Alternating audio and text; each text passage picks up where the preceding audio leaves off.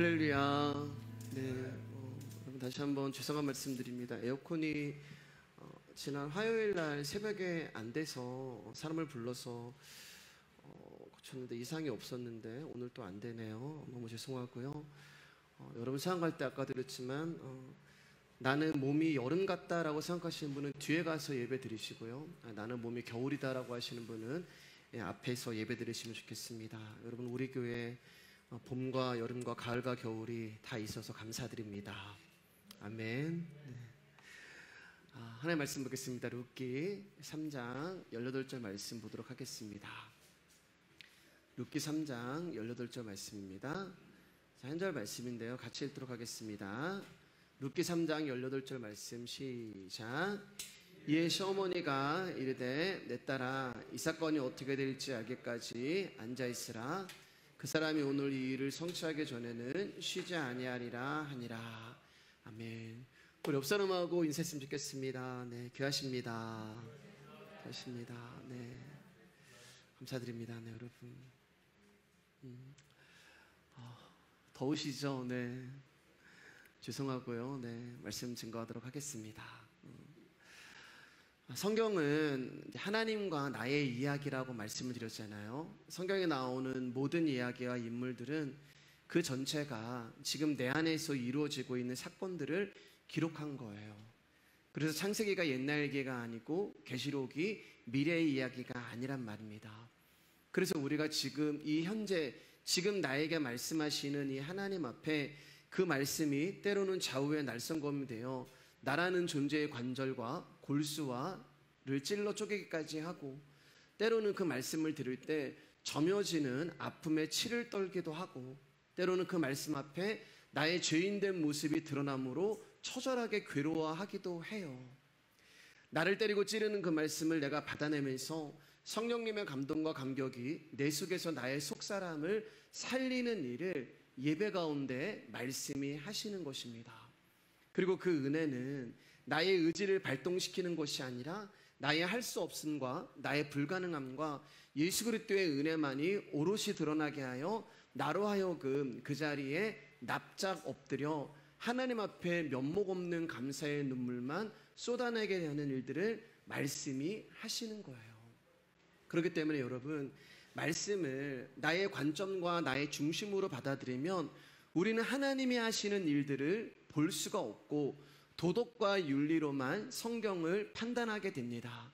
그러나 지금 들려지는 성경의 인물과 이야기를 통하여서 하나님이 나에게 무엇을 이야기하고 계시는가에 집중하고 귀를 기울인다면 성경은 하나님의 약속과 언약으로 저와 여러분의 심령에 찾아오게 되어 있는 거예요.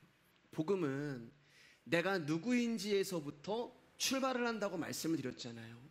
복음은 내가 누군가를 아는 것에서도 출발을 합니다. 내가 어디에 있냐로부터 출발을 해요. 나는 선한 사마리아인인 줄 알았는데 복음은 나에게 오셔서 아니야, 너는 선한 사마리아인이 아니라 너는 강도 만나 죽은 자야. 복음은 나에게 찾아오셔서 돼지 우리의 둘째 아들에서 출발을 하게 하고, 복음은 가늠하다 현장에서 잡혀온 그 여인의 모습으로 출발을 하게 하고, 베데스다 연못에 누워있는 38년 된 병자의 모습으로 출발을 하게 하고, 사마리아 여인으로 날 때부터 소경으로 우리는 다 그 자리에서 출발을 하는 거예요. 그리고 우리가 5주 동안 룻기에 대해서 말씀을 드렸지만 모든 것을 다 잃어버린 텅 빈 나오미와 룻의 자리에서 복음은 출발을 하는 것입니다. 그러나 저와 여러분들이 어떤 자리에 있고 어떤 모습으로 출발을 하든지 간에 저와 여러분의 끝은 항상 예수 그리스도로 끝이 나는 거예요. 우리 룻기 4장 15절 말씀입니다. 크게 읽어주실까요? 시작. 이는 내 생명의 회복자이며 내 노년의 봉양자라. 곧 너를 사랑하며 일곱 아들보다 귀한 내 며느리가 낳은 자로다 하니라. 나오미가 모든 것을 다 잃어버린 텅 빈 자리에서 출발을 했지만 그녀의 마지막은 이렇게 끝이 나요. 생명의 회복자다. 그 말은 나오미는 죽은 존재라는 거예요. 그런데 죽어있는 그 나오미가, 모든 것을 텅 비어서 잃어버린 그 죽어있는 나오미가 그의 생명이 회복되었다라고 얘기해요. 누구로 말미암아? 이는 이 아들로 말미암아 너의 생명이 회복이 되었다. 네가 죽은 자였고 모든 것을 잃어버렸는데 이 아들로 말미암아 네 생명이 회복되었고 네 노년에 도움을 받게 되었다. 이렇게 끝이 나는 거예요. 여러분, 이 아들이 문자적으로는 룻이 낳은 아들이지만 이 아들은 바로 죄로 인하여서, 허물로 인하여서 죽어버린 저와 여러분들의 생명을 회복시키시는 하나님의 아들 예수 그리스도가 되는 거예요. 그래서 저와 여러분들이 어디서 출발을 하고 누구로 출발했는지 각각 다 다르지만 그 마지막은 항상 예수 그리스도로 끝이 나는 것입니다.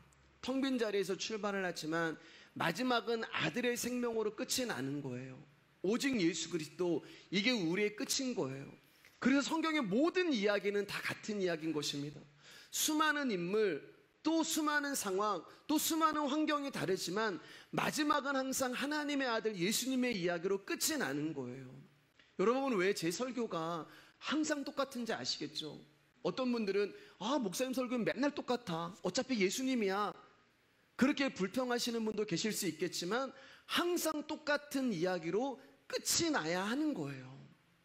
성경은 우리의 삶에 문제가 생겼을 때 이렇게 대처하고, 성경은 우리의 인생에 어려움이 찾아왔을 때 저렇게 반응하라고 하는 방법론을 가르쳐주는 책이 아니에요. 인생을 이렇게 살아라, 성경의 인물을 통하여서, 그 사건을 통하여서 이런 일이 있을 때는 이렇게 살아라라고 하는 방법론을 가르쳐주는 게 성경이 아닙니다. 성경은 우리 가운데 끊임없이 하나님이 누구시고 하나님의 아들 예수님이 누구이신가, 이것만 우리 가운데 말씀하고 있어요.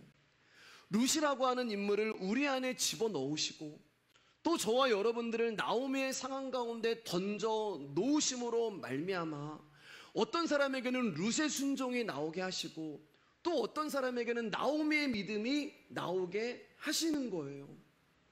룻기에 나오는 동일한 일들이 내 삶에서 펼쳐지면서 나는 순종할 수 없는 형편과 상황과 아픔 가운데 있는 룻과 같은 사람인데, 나라는 존재에게 하나님이 쉬지 않고 당신의 일을 중단하지 않고 계속 일을 하시는 거예요.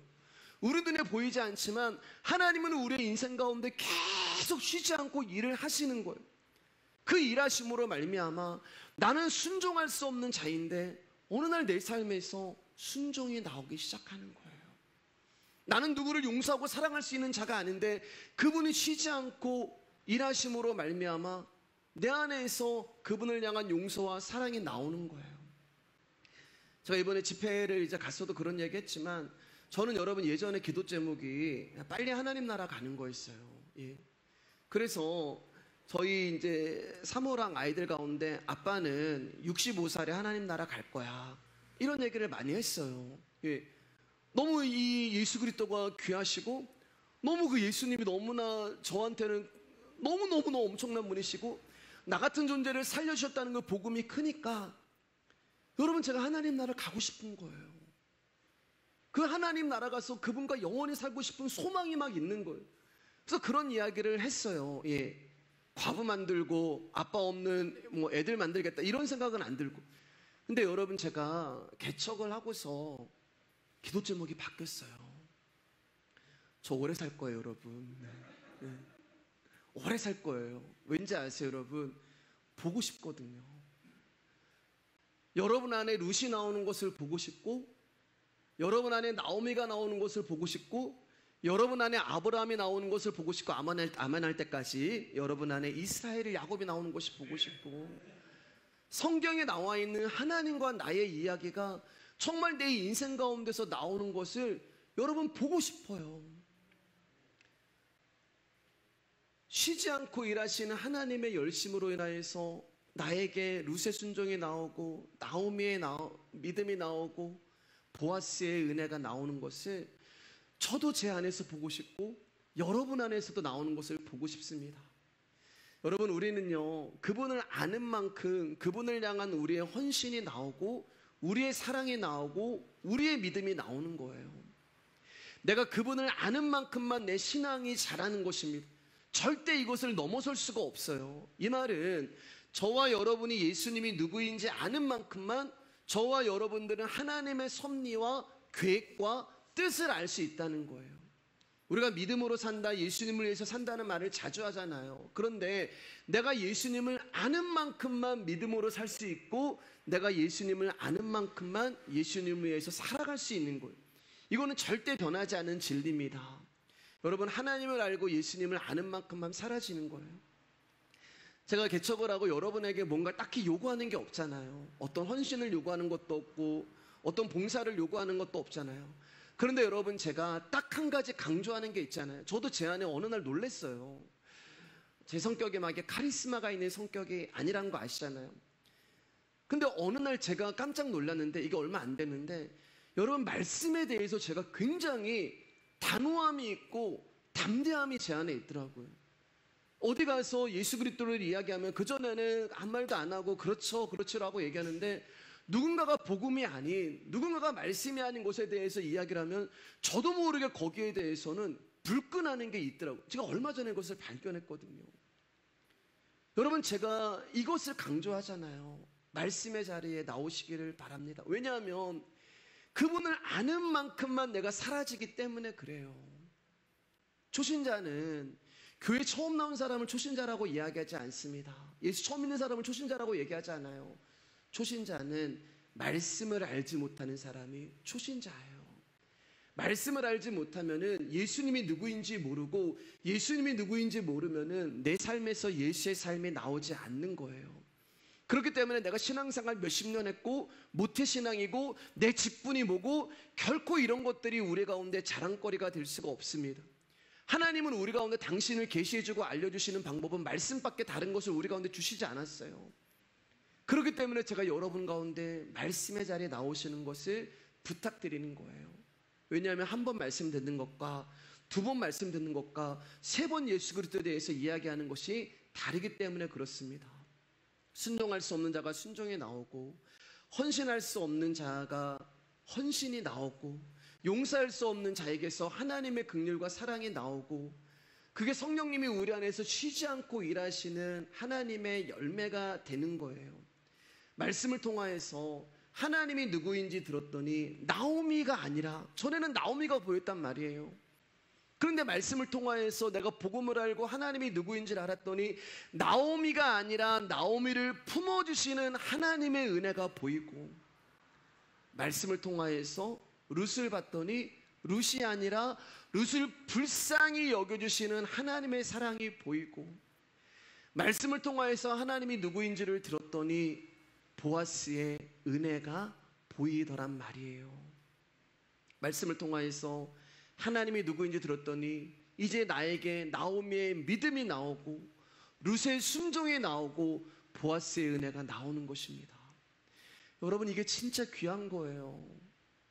여러분, 이게 진짜 보물이란 말입니다. 요한삼서 1장 4절 말씀이에요. 같이 읽겠습니다. 시작. 내가 내 자녀들이 진리 안에서 행한다함을 듣는 것보다 더 기쁜 일이 없도다. 여기 행한다라는 말은 걷는다라는 뜻이 되거든요. 그러면 이 말을 해석하면 진리 안에서, 진리가 뭐예요? 예수님이잖아요. 예수님 안에서 걷는다라는 뜻이 되는 거예요. 여러분, 걷는다는 것은 어떤 목적지가 있다는 말이 되는 거잖아요. 그러니까 나를 걷게 만드는 것은 나의 다리가 아니라 내가 가야 할 목적지가 나로 하여금 걷게 만드는 거예요. 그런데 그 목적지가 어디예요? 진리란 말이에요. 즉 예수님이 저와 여러분으로 하여금 당신이 있는 곳으로 걸어가게 하시는 거예요. 그럼 여러분, 우리가 무엇을 보겠어요? 그 목적지를 보면서 걸어가는 거예요. 그분의 눈을 보고 걸어가는 것입니다. 그분께 초점을 맞추고 걸어가는 거예요. 그분을 향한 사랑, 그분을 향한 목마름, 그분을 향한 배고픔, 그분을 향한 열망이 나의 걸음걸이를 한 걸음씩 한 걸음씩 예수님께로 인도하는 것이고, 여러분이 그래서 오늘 이 시간에 전부 이 자리에 나와 앉아 계시는 거예요. 왜요? 예수님이 누구이신가, 예수님이 어떤 분이신가 더 알고 싶고, 더 갈망하고, 더 듣고 싶고, 더 보고 싶고, 그래서 그분만을 구하고 그분만이 전부가 될 때 그분이 저와 여러분의 인생을 움직이시고 이끌어 가시고, 결국에는 룻으로, 요나로, 보아스로, 나오미로, 베드로로, 아브라함으로 만들어 가시는 거예요. 여러분, 저는 성령님이 저에게 아무것도 요구하지 않아서 감사합니다. 여러분 무책임한 말로 들리시나요? 제가 게으르게 혹시 들리시나요? 이전에는 제가 무엇을 해야만 하나님이 저를 사랑하시는 줄 알았어요. 그래서 성경에 나오는 누가복음 20장인가요? 15장, 17장인가요? 거기고 그때 마태복음 19장에 나오잖아요. 젊은 청년이, 부자 청년이 선생님 내가 무엇을 하여야 영생을 얻을 수 있겠습니까? 율법 교사가 선생님 내가 무엇을 하여야 영생을 얻을 수 있겠습니까? 이런 고백처럼 마치 제가 무엇을 해야만 저에게 하나님이 구원을 주시고 영생을 주시는 줄 알았어요. 근데 복음을 알아가면서 말씀 안에 있는 예수 그리스도를 제가 알아가면서 한 가지 깨달은 게 있는데, 제 인생을 촥 하고 뒤돌아봤을 때,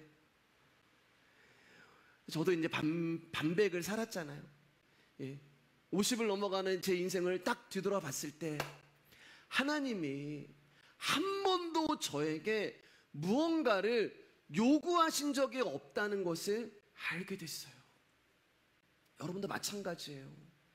하나님이 저에게 뭔가 요구하신 게 없어요. 뭘 달라고 하신 적이 없어요. 제가 드리겠다고 했지 지키지도 못하면서 야곱처럼 항상 거래를 했잖아요. 야곱이 하나님 나로 하여금 나를 무사히 돌아오게 하시면 내가 하나님을 위해서 11조하고 하나님의 집을 세우고 하나님 나의 하나님, 우리 그러잖아요. 안 지키면서. 그래서 하나님이 요구하지 않으신 거예요.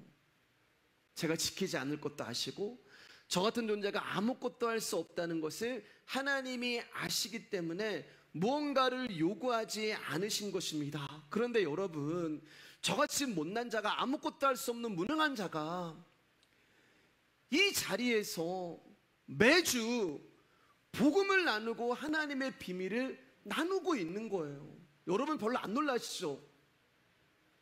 이게 저한테는 엄청난 기적이에요, 여러분. 하나님의 말씀이 막 새롭게 보이고 하나님의 그 마음이 말씀을 통해서 저에게 막 걸어오고, 어떻게 아무것도 할 수 없는 나에게 이런 놀라운 일이 일어나지? 누군가 막 벌떡벌떡 막 그 병든 자에서 고쳐주고 이런 게 기적이 아니라 저에게는 하나님 나라의 비밀이, 복음이 제 안에서 풀어지고 보여지고 증거게 되는 것이 기적이란 말입니다. 사람이 할 수 없는 것을 하나님이 하실 수 있습니다. 그래서 은혜란 말이에요. 우리 요한복음 1장 16절 말씀입니다. 시작. 우리가 다 그의 충만한 데서 받으니 은혜의 은혜로라. 은혜의 은혜로란 말은요, 은혜 말고 다른 것이 없다는 말이에요. 은혜 위에 은혜, 은혜 말고 은혜, 은혜 그리고 또 은혜. 여러분, 우리의 인생은 모든 게 은혜예요. 옆 사람과 인사하겠습니다. 모든 것이 은혜입니다. 제가 오늘 룻기를 이제 마지막 장을 여러분과 나누려고 하다 보니까 서론이 조금 길었는데 이 말을 하고 싶은 거예요, 여러분. 은혜 말고 없는 거예요. 은혜 말고 룻기서를 다른 말로 표현할 수가 없는 거예요. 나오미의 인생을 말하려고 하니까 은혜고, 룻기의 삶을 말하려고 하니까 은혜고, 보아스도 은혜고, 저와 여러분도 은혜란 말이에요. 그래서 오늘 룻기 3장 18절 말씀 가운데, 오늘 본문을 읽었던 말씀 가운데, 내 딸아 이 일이 어떻게 될지 기다려보자. 너는 이 일이 어떻게 될지 앉아있으라. 기다려보자. 그 사람이 오늘 이 일을 성취하기 전에는 쉬지 아니하시리라. 출애굽기 14장 말씀이 생각이 나더라고요. 하나님이 모세 가운데 너희는 가만히 있어. 이스라엘 백성들 가운데 내가 너희를 향한 이 은혜를, 이 기적을 봐라. 너희는 가만히 있어. 주가 하나님 됨 알지어다. 여러분, 우리가 할 수 있는 게 아무것도 없어요. 내 딸아, 이 일이 어떻게 되는지, 저와 여러분의 인생과 삶 가운데서 하나님이 어떻게 우리의 인생과 삶을 이끌어 가는지 우리는 가만히 앉아서 그분이 하시는 그 일을 보기만 해라. 이게 은혜가 되는 것입니다. 우리 3절에서 4절 말씀 읽겠습니다. 시작. 보아스가 그 기업을 물을 자에게 이르되 모압 지방에서 돌아온 나오미가 우리 형제 엘리멜렉의 소유지를 팔려 함으로 내가 여기 앉은 이들과 내 백성의 장로들 앞에서 그것을 사라고 내게 말하여 알게 하려 하였노라. 만일 내가 물으려면 물으려니와 만일 내가 물으지 아니하려거든 내게 구하여 알게 하라. 내 다음은 나요 그 외에는 물을 자가 없느니라 하니 그가 이르되 내가 물으리라 하는지라. 이제 하나님이 어떻게 나오미와 룻의 그 삶을 이끌어 가시는지 여러분 우리가 한번 가만히 앉아서 내 딸아 이 딸이 돼서 한번 보시길 바라요. 보아스가 성문에 올라가 앉아 있을 때 마침 보아스가 말하던 기업 물을 자가 지나가요. 그래서 그 사람을 부르고 장로 10명을 증인으로 세운 다음에 그에게 기업 물을 자격이 있음을 이야기합니다. 나오미에게 엘리멜렉에 가장 가까운 친척이었어요. 그래서 보아스가 그에게 이렇게 얘기를 하죠. 우리의 형제 엘리멜렉이 팔았던 땅을 당신이 사서 나오미에게 돌려줄 수 있는 그 권한이 당신에게 있습니다. 어떻게 하시겠소? 만약 당신이 그 땅을 사서 주지 않겠다면 그 다음으로는 내가 그 땅을 사서 나오미에게 줘야 합니다. 그렇게 얘기하니까 이 친척이 가장 가까운 친척이 내가 그 땅을 사서 나오미에게 돌려주겠다고 그 기업 물을 자가 당신이 되겠다고 이야기를 합니다. 그러자 보아스가 한마디를 더해요. 그러면 당신이 나오미의 땅을 사서 준다면 한 가지를 더해야 하는데 죽은 나오미의 아들의 아내인 모압 여자 룻 역시 당신이 사야 하오 이렇게 이야기를 합니다.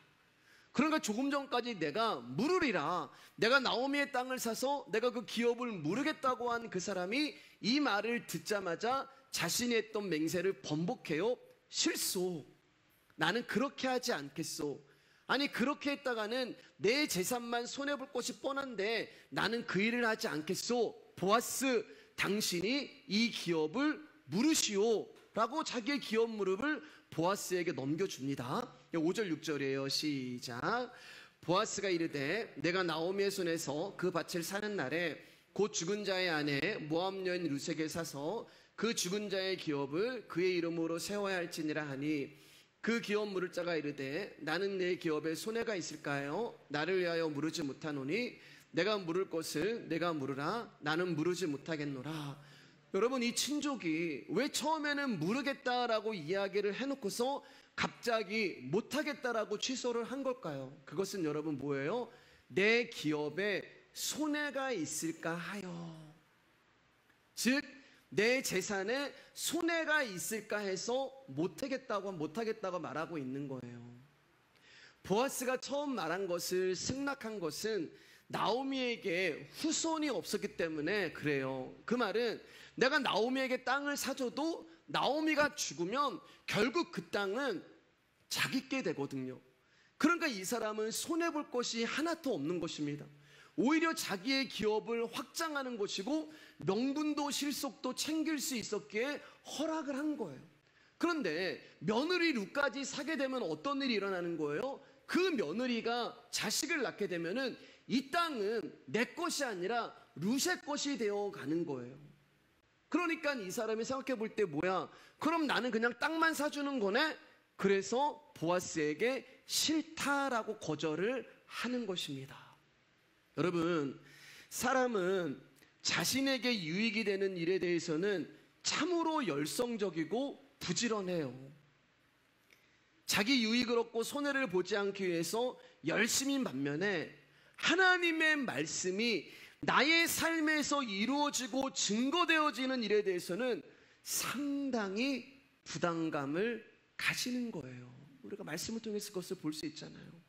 그 이유는 말씀이 내 재산을 불려주지 않거든요. 예수 그리스도가 나에게 세상을 살아가는데 크게 이익이 되고 유익이 되지 않기 때문에 그렇습니다.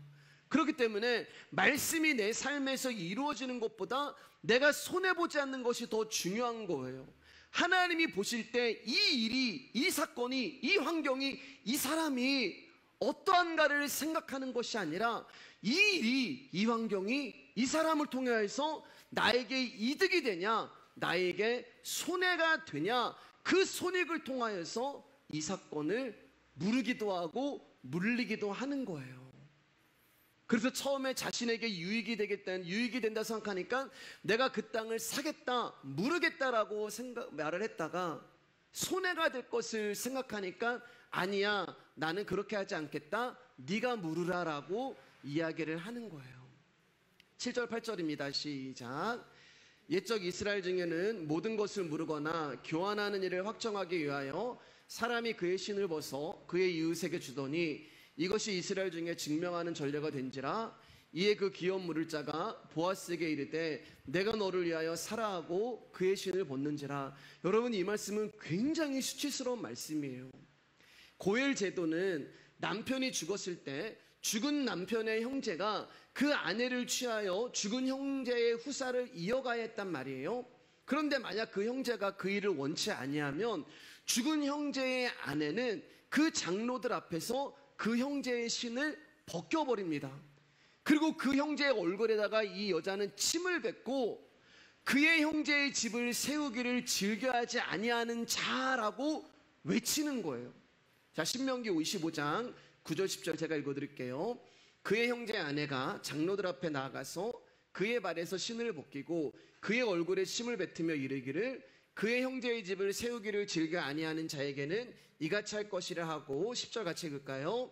이스라엘 중에서 그의 이름을 신벗김 받은 자의 집이라 부를 것이니라. 그래서 이때부터 자기 책임을 회피하는 뜻으로 신벗김을 당한 집이라는 말이 나온 거예요. 그렇기 때문에 고엘 제도에서는 우리 정전 전사님이 수요일날 신을 벗는다는 것은, 하나님 앞에서 내가 신을 벗는다는 것은 나를 포기하고 나를 전부 드린다는 의미가 있지만, 사람 앞에서 신을 벗는다는 것은 굉장히 수치스럽고 모욕적인 행동이 되는 거예요. 그런데 지금 이 친척이 신을 벗는 거예요.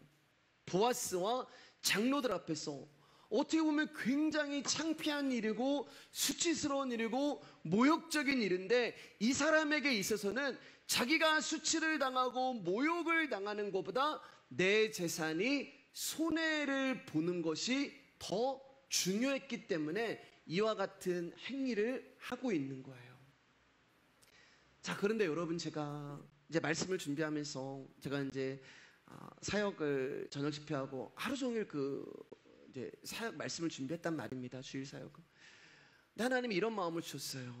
이 부분을 제가 이제 묵상하면서, 여러분, 이게 땅이 아니라, 저한테 주신 말씀이에요.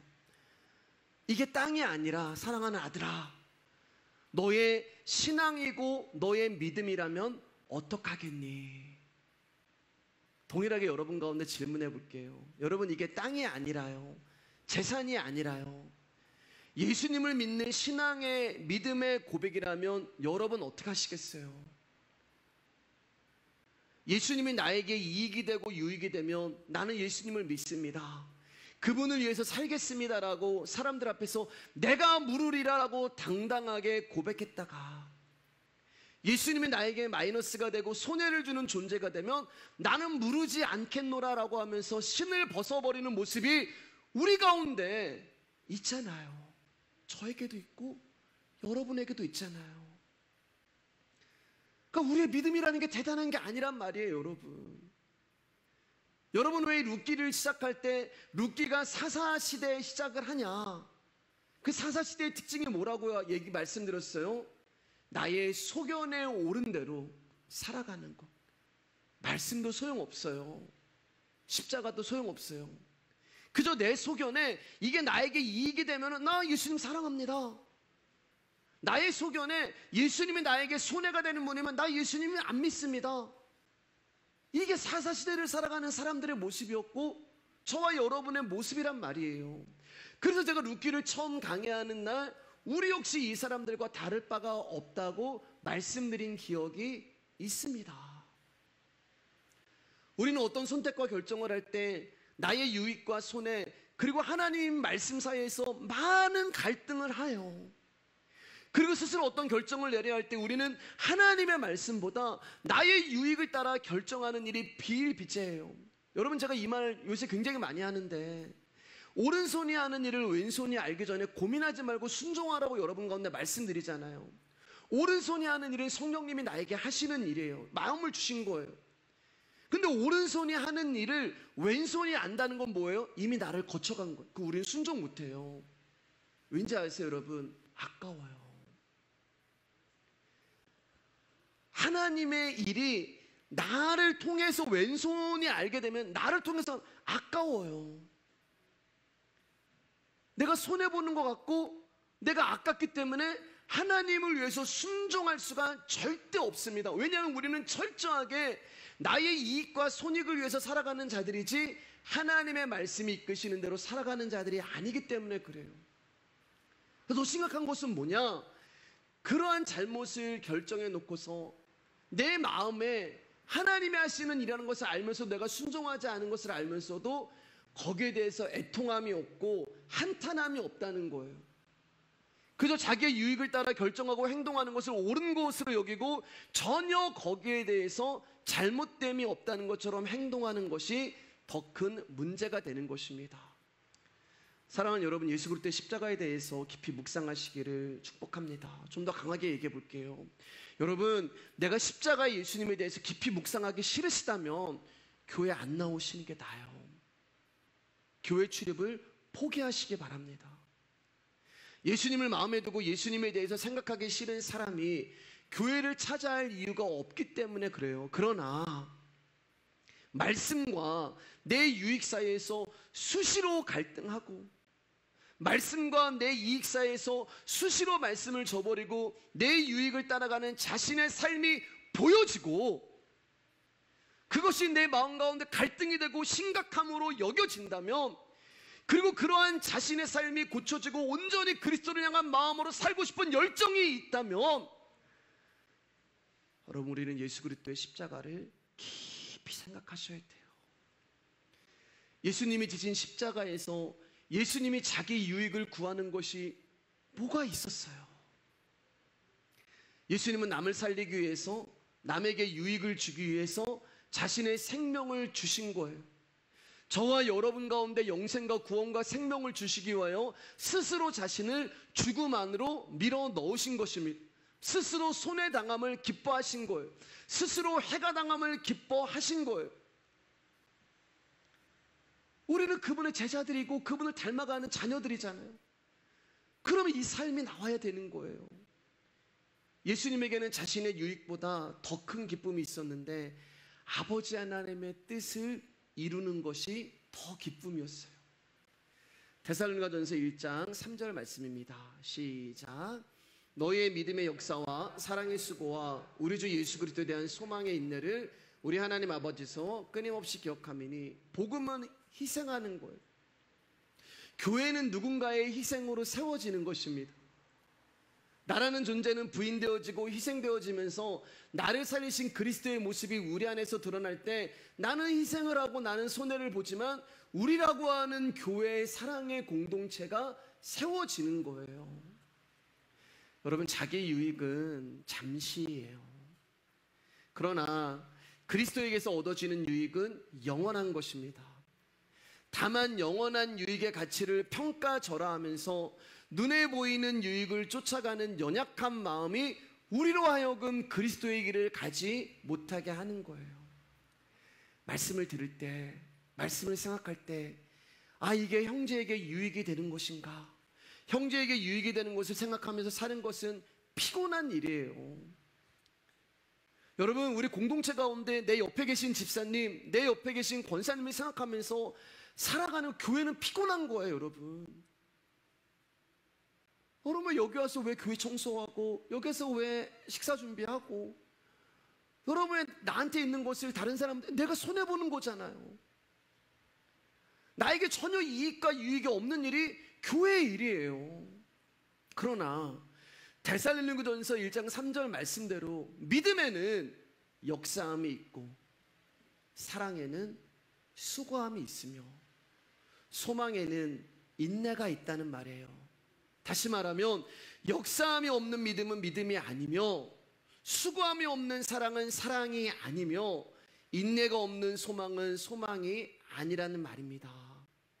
내 편함을 위한 행동이 다른 형제의 마음을 상하게 하는 것은 아닌지, 나의 말 한마디가 다른 형제의 마음을 근심하게 하는 것은 아닌지, 나의 행동 하나가 다른 형제를 나약하게 만드는 것은 아닌지, 여러분, 그 마음으로 저는 우리 교회가 살아갔으면 좋겠어요. 저는 그래서 우리 교회 가운데서도 언어나 단어나 이런 것에 대해서 여러분 최대한 예의를 지키고 대해 주셨으면 감사를 드리겠습니다. 보아스는 기업 물을 친족이 기업 무르기를 거부하면 자신이 무르겠다고 맹세하잖아요. 그럼 보아스는 손해를 안 볼까요? 동일하게 손해를 봐요. 보아스 역시 나오미의 기업을 물으면 자신이 손해가 되는 것을 알아요. 그럼에도 불구하고 그는 자기가 무르겠다고 맹세를 합니다. 나에게 남는 것은 손해밖에 없다는 것을 알면서도, 그러나 보아스는 그것을 손해로 보지 않았단 말이에요. 그럼 뭘로 봤을까요? 말씀이 이루어지는 것으로 봤던 거예요. 하나님의 언약이 이루어지는 것으로 봤던 거예요. 제가 왜 가늘고 길게 오래 살고 싶다고 말씀드리냐면은 여러분 안에 그 말씀이 이루어지는 것을 보고 싶은 거예요. 여러분 안에 하나님의 언약이 이루어지는 것을 보고 싶은, 얼마나 기쁘겠어요. 아, 정말 우리가 알잖아요. 저와 여러분들이 2019년도에 만나서 앞으로 언제까지 될지, 아니 몇십 년 후에, 야, 2019년도에 어떤 집사님 정말 이런 모습이 아닌데 지금은 그때의 모습이 아니라 정말 예수님 같아요. 그 말씀이 우리의 인생 가운데서 우리의 삶에서 이루어지는 것을 보고 싶어요. 근데 짧게 굳게가 안 된단 말입니다. 그 일은 가늘고 긴 시간이 필요한 거예요. 여러분도 저를 보면서 아유, 우리 목사님 정말 아직도 많이 연약하구나, 아유, 우리 목사님 아직도 저런 부분이 참 모자르시구나, 그런 거에 대해서 긍휼함을 여겨주시고, 그런데 어느 순간에 저도 가늘고 길게 갔을 때 어느 순간에는 제가 하나님 나라 갈 때는 예수 그리스도의 모습이 나오게 되어 있을 거 아니에요. 나로 말미암지 않고는 아버지께 갈 자가 없다고 말씀하셨잖아요. 예수님이 되지 않고는 하나님께 갈 수가 없으니까. 그런 존재들이 됐으면 좋겠습니다. 9절 10절입니다. 시작. 보아스가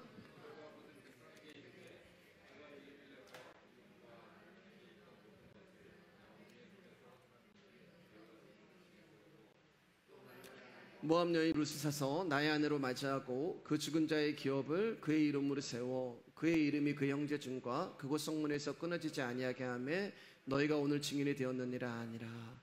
보아스는 처음부터 끝까지 자기에게 유익이 되는 일이 아니라 희생이 되는 일을 합니다. 근데 보아스가 하는 일을 보면 여러분, 엘리멜렉과 기럨과 말론이란 말이 나와요. 죽은 자예요. 보아스는 처음부터 끝까지 죽은 자를 위해서 일을 해요.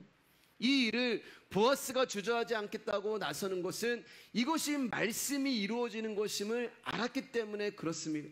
내가 죽은 자의 이름을 잊게 하기 위해서 희생을 하면 나에게서 무엇이 주어지지? 여기에 대해 생각하지 않았어요. 내가 이 일을 하면은 나에게 얻어지는 것이 뭐지? 이런 생각을 하지 않았어요. 그저 오른손이 하는 일에 대해서 순종하면서 자신의 일을 하는 거예요. 여러분, 보아스의 모습을 보면서 제가 참으로 말씀 앞에서 순수하지 못하구나라는 생각을 했어요. 여러분은 모르겠지만 제 마음 깊은 곳 한구석에서는 어떤 마음이 있냐면은, 내가 이렇게 말씀을 푸는데 왜 사람들이 안 모여? 이런 마음이 있어요. 내가 이렇게 복음만 전하는데 왜 사람들이 오지 않아? 이런 의도가 있어요. 얼마나 여러분 제가 죄악 덩어리예요. 내가 복음만 전하는데, 복음만 전하는 데가 돼야지 왜 거기에 내가가 들어가 있냐고요. 복음을 전하면서도, 그러니까 저라는 존재는 나의 유익을 따지는 사람인 거예요.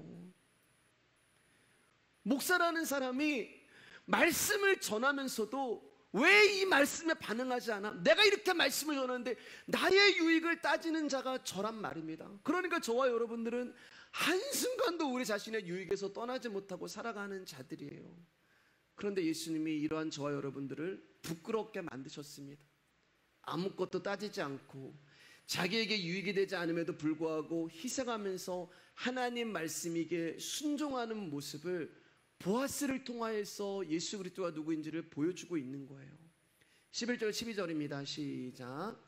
성문에 있는 모든 백성과 장로들이 이르되 우리가 증인이 되나니 여호와께서 내 집에 들어가는 여인으로 이스라엘 집을 세운 라헬과 레와 두 사람과 같게 하시고 내가 에브라에서 유력하고 베들레헴에서 유명하게 하시기를 원하며 여호와께서 이 젊은 여자로 말미암아 내게 상속자를 주사 내 집이 다말이 유다에게 낳아준 베레스의 집과 같게 하시기를 원하노라 하니라. 이제 보아스가 내가 나오미의 기업을 무르고 그 룻을 나의 아내로 맞아드리겠습니다 라고 얘기했을 때 이제 장로들이 이제 증인이 돼서 보아스 가운데 해주는 말이에요. 여러분들 여기 보면은 라헬이 나오고 레아가 나오고 다말이 또 나와요. 라헬과 레아는 야곱의 아내예요. 여러분 이들은 다 같이 하나님으로 인하여서 아이를 낳게 된 여자들인 거예요. 라헬과 레아처럼 아이를 많이 낳는 축복이 보아스와 룻에게 임하겠구나, 이런 문자적인 뜻이 아니라 라헬도 그렇고 레아도 그렇고 다말도 그렇고 하나님이 아니면 아기를 낳을 수 없는 여자들이었단 말입니다. 그러니까 이 여인들의 태를 여신 하나님이 바로 룻의 태를 열기 원합니다라는 그 고백을 하고 있는 거예요. 여러분 성경 한번 보세요. 아브라함의 아내 사라는 아이를 낳을 수 없는 여자였는데 하나님이 그 태를 열어주셨고, 이삭의 아내 리브가 역시 아이가 없었는데 하나님이 그 태에게 쌍둥이를 주셨고, 야곱의 아내 라헬과 레아 역시 아이가 없었는데 그들이 하나님께서 기도함으로 말미암아 기도해서 주신 게 아니에요. 여러분 그들의 태를 열어주셨고, 다말 역시 아이가 없었는데 하나님이 그 태를 열어주셨고, 룻 역시 아이를 낳고, 마리아 역시 아이를 낳고. 그러니까 여러분 이 말씀을 통해서 우리가 알 수 있는 게 뭐예요? 우리의 인생이 우리의 뜻대로 되는 것이 아니라 우리의 인생의 뒤에는 하나님이 일하고 계신다는 것을 말씀하고 있는 것입니다. 제가 전에도 얘기했지만 저와 여러분들은 6일을 살아가잖아요. 6일째 만들어진 존재잖아요. 6일째 사람이 창조됐단 말이에요. 근데 하나님 나라는 7일째 완성이 됐어요. 저와 여러분들은 내일 무슨 일이 일어날지 모르지만 7일째 계신 하나님은 다 알고 계시는 거예요. 그럼 우리는 6일을 살아가지만 예수 그리스도와 함께 살아간다는 말은 나는 6일을 살아가지만 7일 모든 것을 알고 계시는, 나의 삶을 알고 계시는, 나의 인생을 알고 계시는 그 하나님이 나와 동행하신다는 말이. 그러니까 저와 여러분의 삶에 우연이라는 것은 없어요. 저와 여러분의 삶에 어쩌다가 일어나는 일은 없어요. 아이가 없었던 이 여인들의 뒤에서 하나님이 그 태를 열어주셨던 것처럼 하나님이 저와 여러분의 인생의 그 뒤에서, 그 배후에서 하나님만이 일을 하시는 거예요. 하나님이 모든 것을 이끌어가, 이미 그분은 완성을 하셨어요. 그분이 저와 여러분의 인생을 이끌어가는 거예요. 그런데 11절 말씀을 보면 내가 에브랄에서 유력하고 베들레헴에서 유명하게 하시기를 원하며 이렇게 얘기한단 말이에요. 여기 에브랏은 베들레헴의 옛날 이름이에요. 그러니까 보아스가 유명해지기를 원한다라는 그런 뜻이 되는데, 이 말은 왜 보아스가 유명해지냐면 보아스가 하는 이 일로 인하여서, 지금 나오미와 룻에게 베푸는 이 선행으로 인하여서 보아스가 유명케 되기를 원한다라는 말을 하는 거예요. 그러면 사랑하는 여러분, 저와 여러분이 영생을 바라보면서 말씀에 순종하는 삶을 저와 여러분들의 삶에서 살아가잖아요. 그러면 누가 유명해지냐? 예수님이 유명해지는 거예요. 여러분 전도는 교회 오세요, 예수님 믿으세요, 이게 전도가 아니라 저와 여러분들의 인생 가운데서 말씀을 통하여서, 그분의 말씀이 내 삶을 통하여서 드러나면 여러분 우리가 믿는 예수 그리스도의 이름이 높아지는 것입니다. 말씀에 순종할 가능성이 없는 저와 여러분들을 부르셔서 그 말씀에 순종하는 사람으로 만들어 보신 하나님이 유명해 주시고 것이고 하나님만이 찬송을 받게 되는 거예요. 그렇기 때문에 우리 가운데서 누군가가 어떻게 저분이 저런 모습이 나오지? 어떻게 저런 믿음이 나오지? 저런 순종이 나오지? 그럼 여러분 어떤 생각하시면 되는지 아세요? 저분 안에 계신 하나님이 일을 하시는구나. 저 집사님 안에 계신 하나님이 당신의 뜻을 이루시고 계시는구나 라고 하면서 하나님의 이름을 찬송하면 되는 것입니다. 12절에 다말의 이야기가 나오잖아요. 여러분 다말 이야기 이제 많이 들으셔서 알잖아요. 다말이 어떤 여자라는 것을 너무나 잘 알잖아요.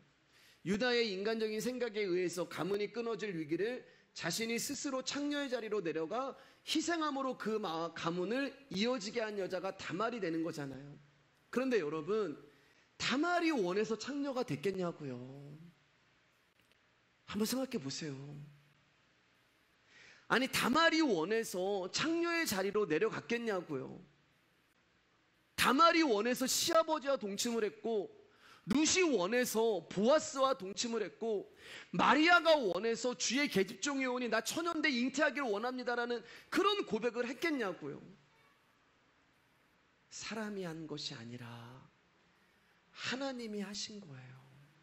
다말 안에서, 룻 안에서, 마리아 안에서 하나님이 당신의 언약과 이 약속을 위하여서 우리로 하여금 내가 수치를 당하고, 다말은 알고 있었거든요. 마리아는 알고 있었어요. 내가 이것을 허락하면, 내가 이 자리로 내려가면 나는 불에 타 죽고 나는 돌에 맞아 죽어라는 것을 알면서도 하나님이 그 말씀을 이루시는 것 가운데 그 일을 우리 가운데 하시니까 어떤 일이 일어나는 거예요? 나라는 존재를 그 수치에 던지고, 나라는 존재를 그 불에 던지고 화형에 던지는 믿음이 우리 가운데 일어난다는 말이에요. 그 다말이 위대한 게 아니에요. 다말을 창녀되게 하신 하나님이 위대한 것이고, 마리아가 위대한 게 아니고 처녀를 잉태케 하시는 하나님이 위대한 것입니다. 자, 13절에 17절 읽으면서 이제 우리 말씀 정리하도록 하겠습니다. 한 번 더 이제 말씀 좀 마무리할게요. 시작. 이에 보아스가 룻을 맞이하여 아내를 삼고 그에게 들어갔더니 여호와께서 그에게 임신하게 하심으로 그가 아들을 낳은지라. 여인들이 나오미에게 이르되 찬송할지로다. 여호와께서 오늘 내게 귀여운 물을 자가 없게 하지 아니하셨도다. 이 아이의 이름이 이스라엘 중에 유명하게 되기를 원하노라. 이는 내 생명의 회복자이며 내 노년의 봉양자라. 곧 너를 사랑하며 일곱 아들보다 귀한 내 며느리가 낳은 자로다 하니라. 나오미라 아기를 밤아 품에 품고 그의 양자가 되니 그의 이웃 여인들이 그에게 이름을 지어주되 나오미에게서 아들이 태어났다 하여 그의 이름을 오벳이라 하였는데 그는 다윗의 아버지인 이새의 아버지였더라.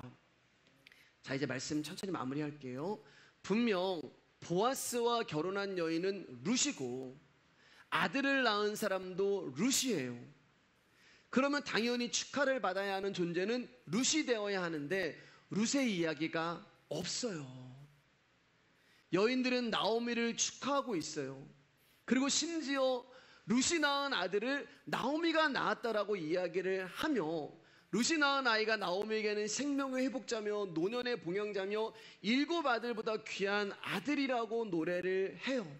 그럼 지난 시간에도 봤듯이 룻기서의 말씀은 룻이 아니라 나오미가 되어야 한단 말입니다.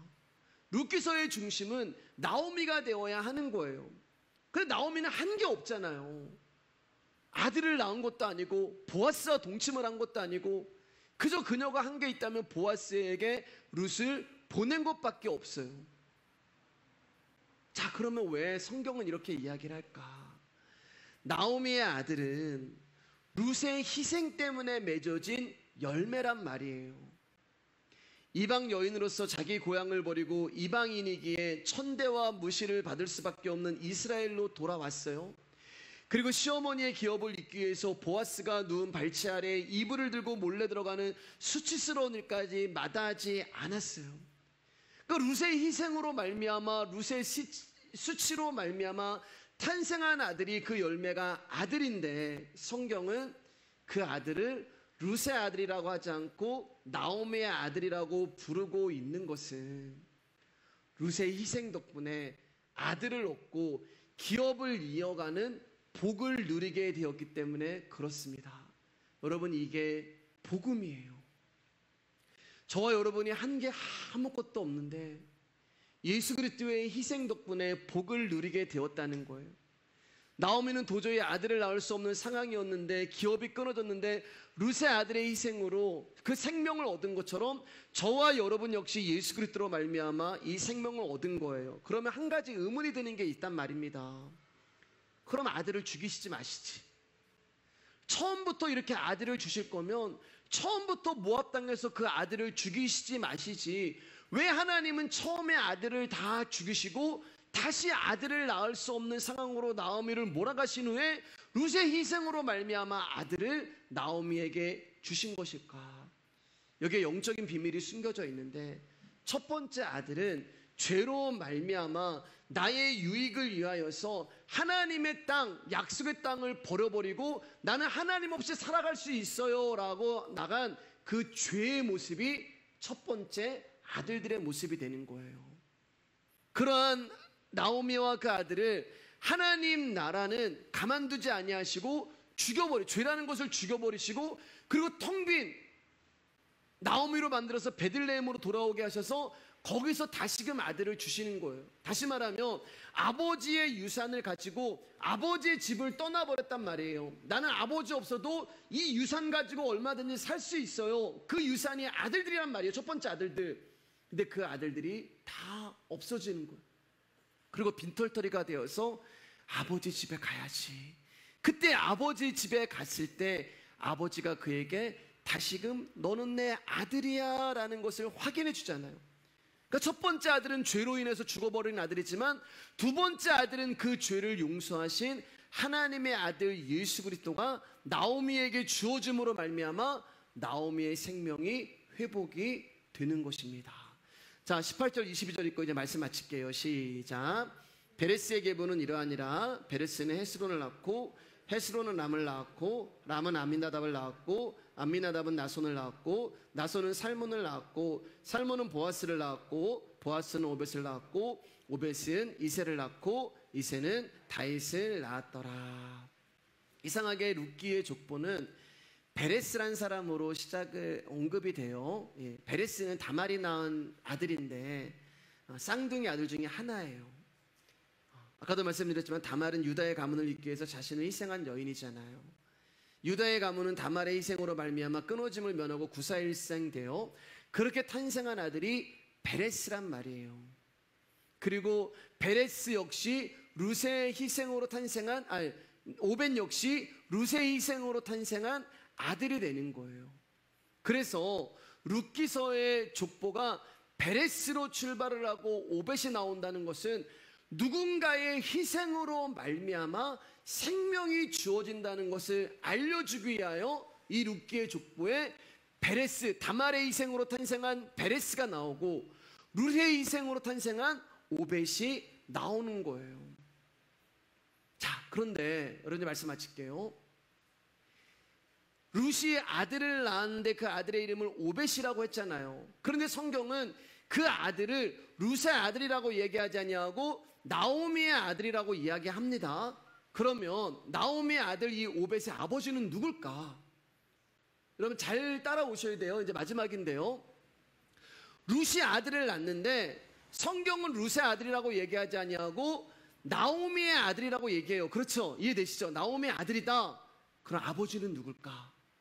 보아스일까요? 보아스는 나오미와 결혼하지 않았잖아요. 룻이 낳은 아들인데 왜 성경은 나오미의 아들이라고 할까? 그러면 이 아들의 아버지는 누굴까? 그래서 여러분 이 족보가 인간의 혈통이 아니라는 거예요. 왜냐하면 그 아들은 예수 그리스도시고 그 아버지는 하나님이시기 때문에 그렇습니다.